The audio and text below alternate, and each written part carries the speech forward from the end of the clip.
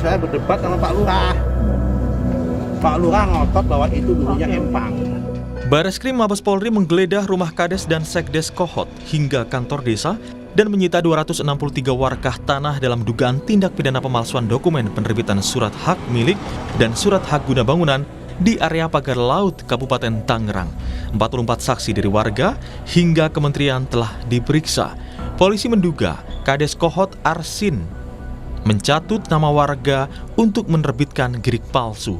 Meski sudah diperiksa, polisi masih belum menetapkan Arsin sebagai tersangka. Dalam proses ini sudah melakukan pemeriksaan terhadap 44 saksi.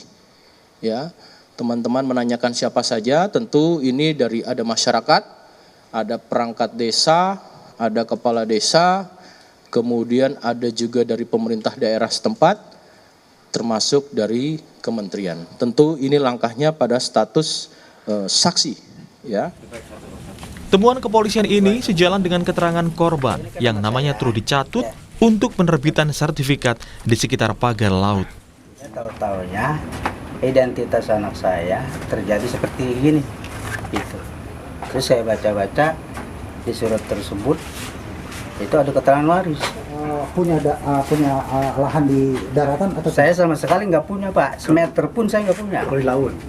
Kalau di daratan? Di darat pun saya nggak punya. Apalagi itu di laut. Itu laut kan laut negara, Pak.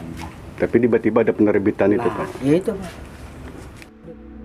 Sementara itu, Lembaga Bantuan Hukum PP Muhammadiyah yang melaporkan kasus ini ke polisi meyakini keterlibatan Kepala Desa Kohot Arsin dalam pemagaran laut di Kabupaten Tangerang.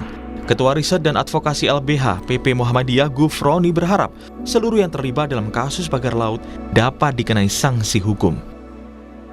Kami sangat berharap untuk segera ada pengumuman siapa saja yang dijadikan tersangka dalam kasus pemagaran laut dan juga soal HGB dan SHM yang kemudian terbukti palsu.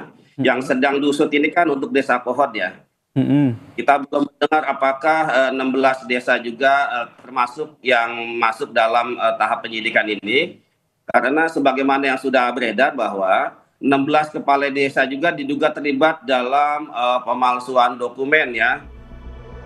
Hingga saat ini, polisi masih memeriksa bukti dan saksi soal tersangka kasus pagar laut. Polisi terlebih dahulu melakukan gelar perkara yang akan dilakukan pekan depan. Tim Liputan, Kompas TV.